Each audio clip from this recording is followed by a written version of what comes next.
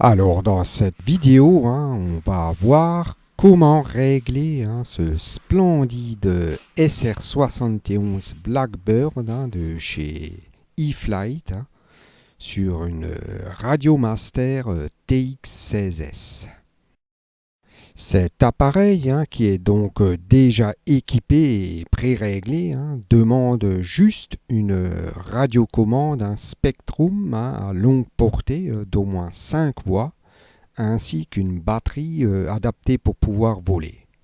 La connectique pour la batterie est du Spectrum IC3 qui fonctionne également en EC3. Et j'utilise donc une batterie de 2200 mAh en 30C avec une connectique C3. Alors la radio préconisée est la Spectrum NX8 car l'ensemble de réception et de contrôle du jet est de la marque Spectrum.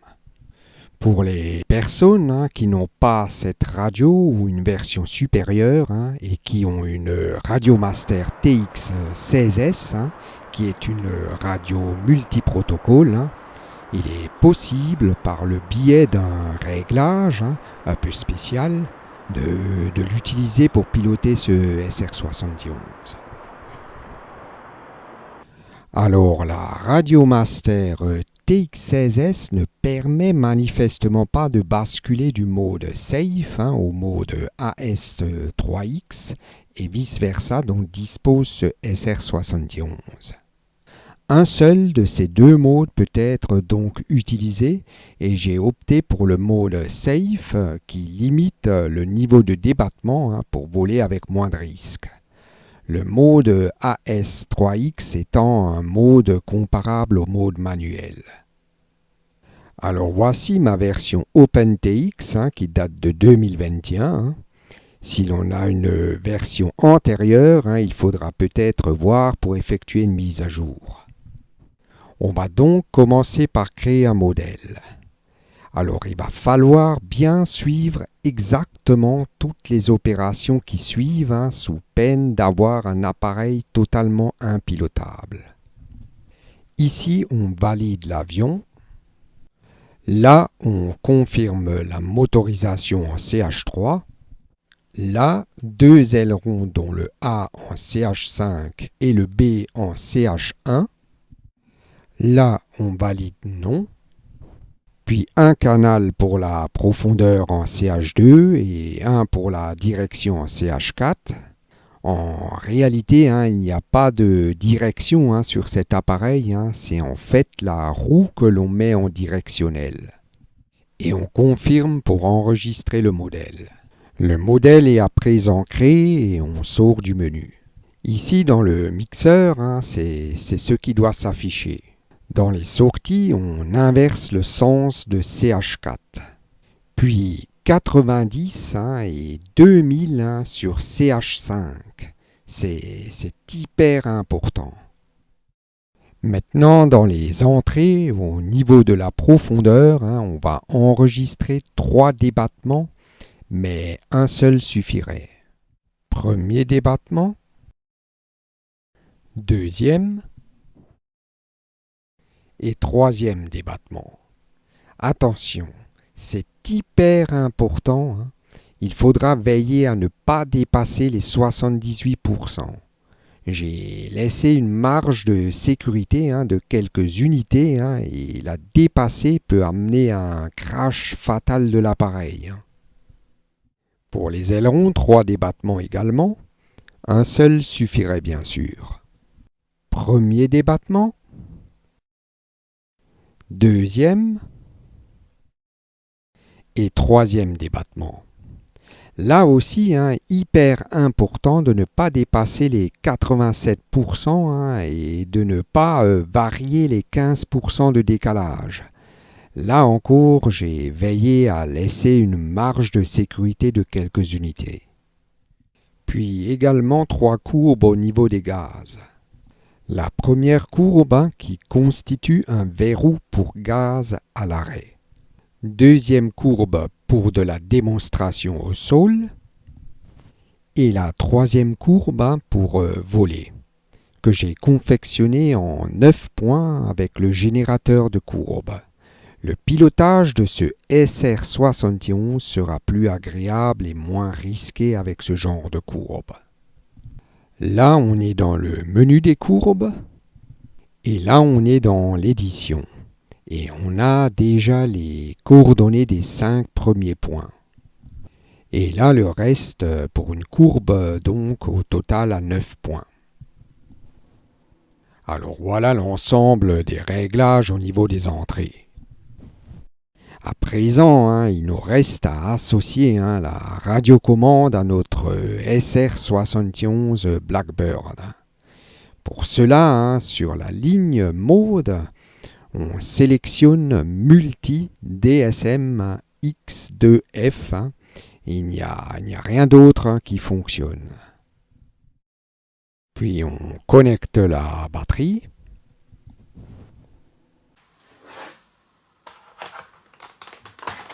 Et là, on voit les 2 LED du récepteur qui sont en mode appairage.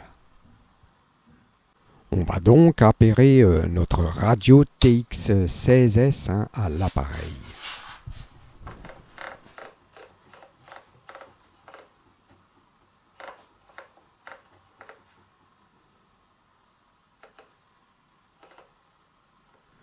On va donc sur la ligne de réception et on clique sur Bind.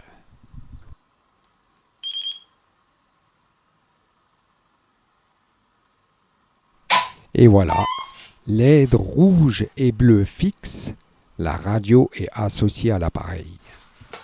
Avec l'appareil en mouvement, il est très important que la LED rouge et bleu reste fixe. Si ce n'est pas le cas, il faudra revoir les réglages car ce serait le crash assuré. À présent, appareil sous tension et bien à plat, on vérifie l'alignement des gouvernes. Normalement, tout devrait être OK. Si ce n'est pas le cas, il faudra agir au niveau de la tringlerie. Alors lorsque l'on est en mode 1, on a donc les réactions suivantes.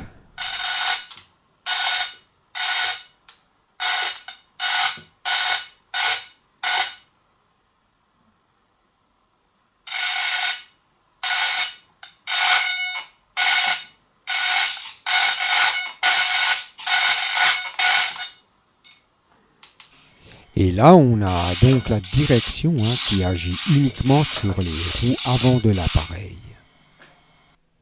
À présent, on va aussi voir ça en mode 2.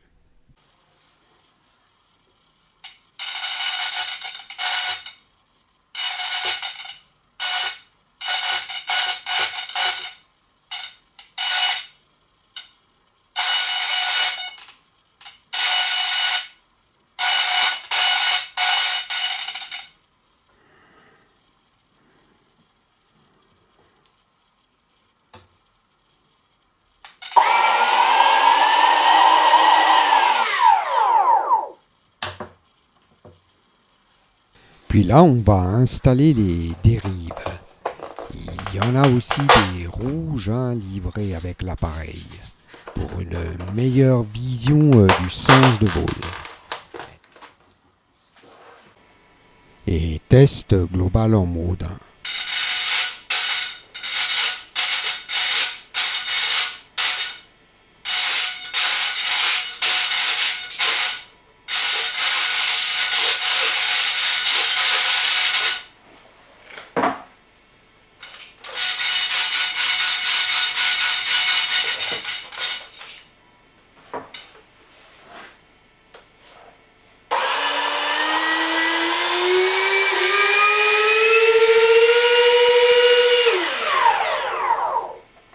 Après, on a également accès à des paramètres télémétriques comme le niveau de charge de la batterie et le nombre de tours de la turbine. Pour le nombre de tours par minute de celle-ci, il faudra penser à mettre le multiplieur de ce paramètre-ci à 4, car on utilise une batterie 4S. Alors en ce qui me concerne, j'ai choisi d'afficher la tension de chaque cellule de la batterie, qui en comporte donc 4, puis le nombre de tours de la turbine, et j'affiche également un chrono de 3 minutes que je déclenche à la mise des gaz.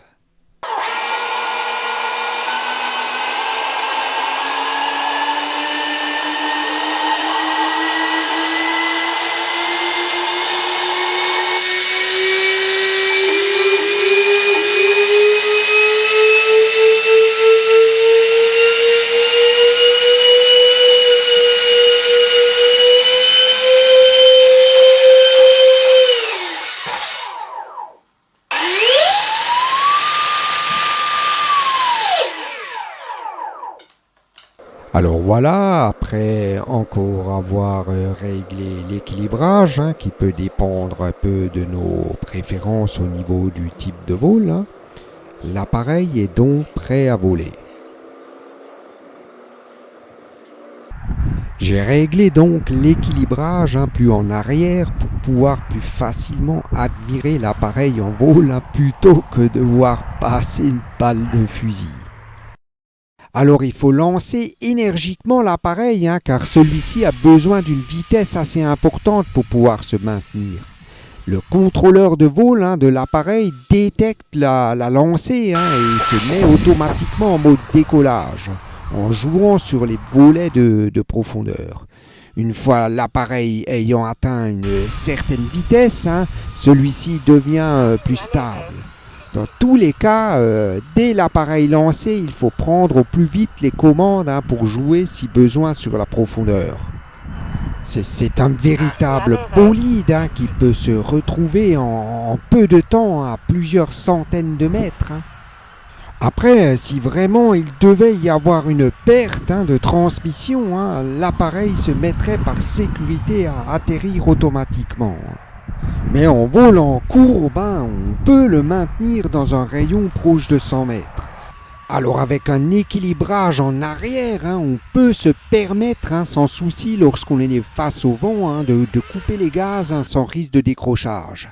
L'appareil est suffisamment stable et précis pour pouvoir faire des passages en rase-motte. Le tout est de ne pas descendre sous une certaine vitesse qui est aussi relative au vent lorsqu'il y en a.